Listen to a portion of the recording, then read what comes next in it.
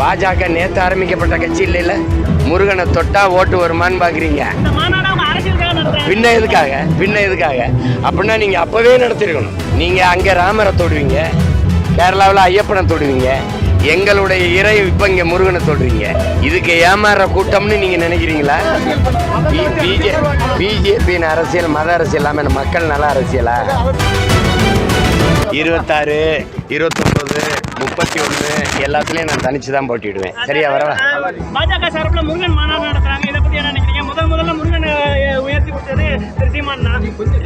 அவங்க ஒப்புக்கு நான் உளமாற, நான் முருகனுடைய பேரன், நான் எடுக்கிறதுக்கு அவங்க எடுக்கிற வித்தியாசம் இருக்கு. நீங்க பாஜக நேற்று ஆரம்பிக்கப்பட்ட கட்சி இல்லைல்ல இவன் அப்ப இவங்க முருகன் நேற்று வரல. முருகன் இவள் நாள் எடுக்காம என்ன பண்ணிட்டு இருந்தீங்க? இங்க முருகனுக்கு ஒரு மதிப்பு இருக்கு. முருகனை தொட்டா ஓட்டு வருமான்னு பாக்குறீங்க. அந்த ஓட்டு நீங்க என்ன தொட்டாலும் வேல் வெற்றி வேல்னா முருகன், அதுக்கப்புறம் அவன் பேரன் என் முகம்தான் வரும்.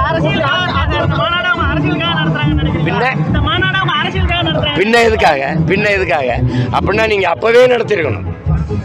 நீங்க அங்க ராமரை தொடுவீங்க, கேரளாவில் ஐயப்பனை தொடுவீங்க, எங்களுடைய இறை இப்ப இங்க முருகனை தொடுறீங்க. உங்களுக்கு புரியுது? நீங்க ஒரிசான்னா என்ன பண்ணுவீங்க? பூரி ஜெகநாத்தை தொடுவீங்க, எங்களுக்கு இங்க முருகனை தொடுறீங்க. இதுக்கு ஏமாற கூட்டம்னு நீங்க நினைக்கிறீங்களா?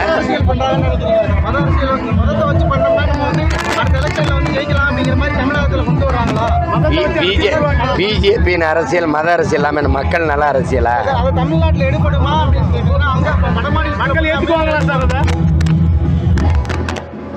அதெல்லாம் வாய்ப்பில்லை ராஜா.